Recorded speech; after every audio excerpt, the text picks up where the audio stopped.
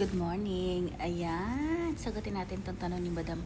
Common na tanong to. May nakita ko na to yung mga ganitong tanong nakaraan pero hindi ko pa kasi na-interview that time yung asawa ko. Pero kanina, habangin natin nga ako, in-interview ko siya about dito.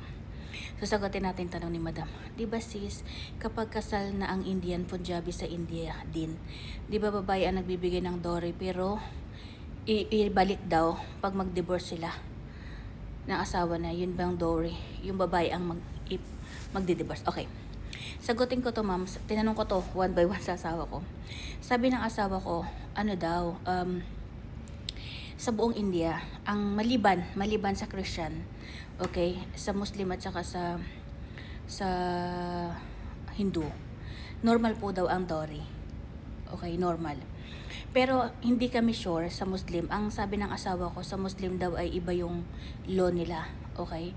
Sa Muslim daw ay, hindi, sabi ng asawa ko, pero not much sure. Mag-comment yung may mga asawang Muslim dyan kung true, na ibinabalik daw dun ang dowry pag magdi-divorce sila. Ibinabalik daw.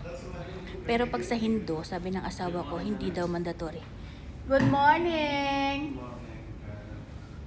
Yan, nandiyan na naman sila. Maaga pa. So, ngayon sa Hindu daw, sabi ng asawa ko, hindi daw yun mandatory na ibalik. Okay? So, depende sa part ng India, Sa North India daw, yun daw yung laging minsan, okay, madalas na mayroong dowry. So, ang dowry ba daw doon ay by category. Depende sa lalaki. Kung ang lalaki daw ay magandang profesyon, mas mataas. Kung normal lang. Mostly daw yun ay sa North India. Pero sa South at saka sa Middle of India, mayroon din. Pero hindi siya ganun ka mandatory. Tapos, tawag dito. Tapos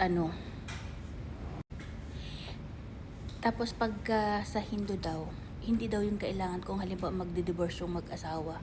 Hindi daw kailangan ibalik yun. Hindi daw yun mandatory ibalik. Yung sinasabi ng iba na nangihingi yung babae pag magdi-divorce, yun daw ay demand. Hindi daw yun binabalik ang dowry. Yun. Sana nasagot ko po.